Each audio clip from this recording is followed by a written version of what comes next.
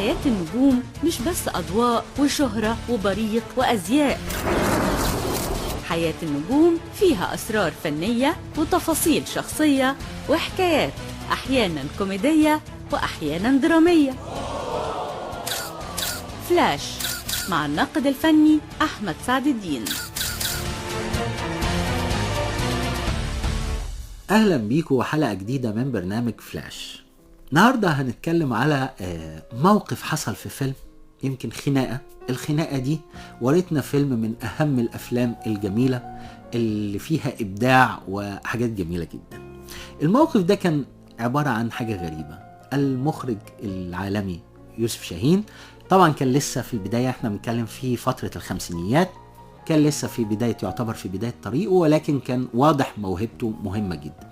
جاله تليفون كده مرة بالليل، تعالى عازمينك على العشاء في بيت فريد الأطرش.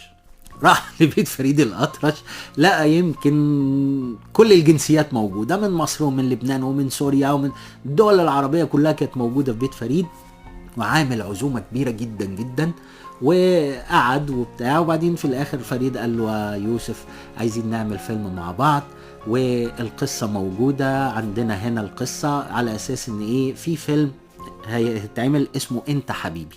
كان البطولة لفريد الأطرش والفنانة الجميلة شادية، ومعاهم كمان النجمة هند رستم. تعرفي يا أنسة أهلنا سابونا لوحدنا ليه؟ تقريبا عارف. أهلنا بيفكروا إنه يمكن أنت وأنا ممكن نتفاهم على الجواز، مش كده؟ تمام. لكن أهلنا بيفكروا بعقلية الجيل الماضي، الجيل القديم اللي كان يحكم على الولد والبنت إنهم يتجوزوا من غير حب. ما علشان كده أنا مش عايزاك. يعني أنا اللي عايزك؟ ما هي القلوب عند بعضها. أهلنا بيفكروا في مصلحتهم المادية وبس، وعايزيننا نكون إحنا ضحية أطماعهم. أنا ما أقبلش. وأنا كمان ما أقبلش. طب ده أنا في واحدة في حياتي لا يمكن أبيعها بأي ثمن. برافو برافو، أهو أنت دلوقتي أثبتت إن عندك قلب. عندي قلب وعندي مبادئ كمان. أنا كمان في واحد تاني في حياتي وعدته بالجواز، ومستنياه لما يرجع من السفر، أصله بيدور على بترول. بترول؟ يبقى خلاص اتفقنا على المبدأ، لازم كل واحد منا يفضل مخلص للي بيحبه. مظبوط.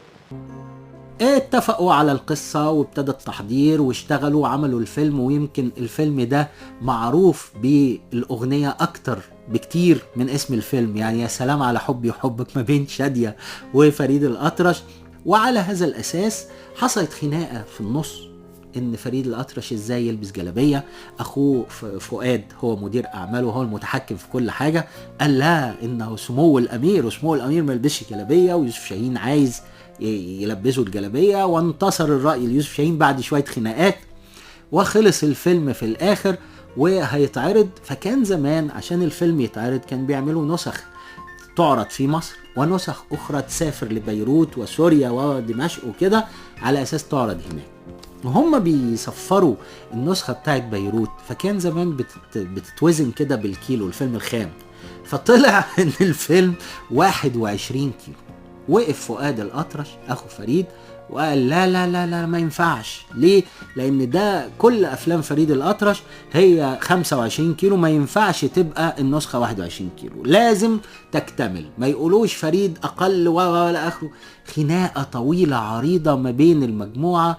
المهم استاذ يوسف شاهين قال ان فريد الأطرش ما كانش بيتكلم خالص، كان سايب فؤاد هو اللي يتكلم، وانا بتخانق مع فؤاد، فالاتنين الخناقة موجودة.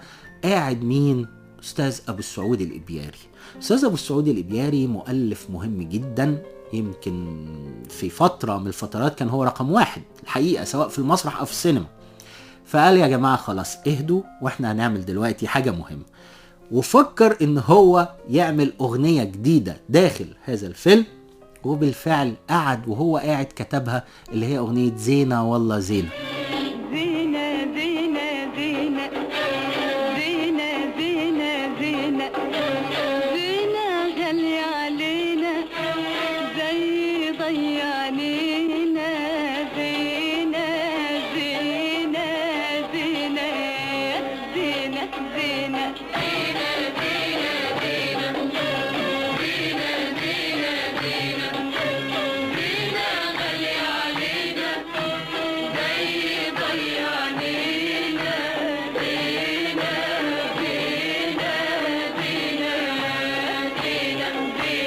فلاش إخراج رحاب صلاح.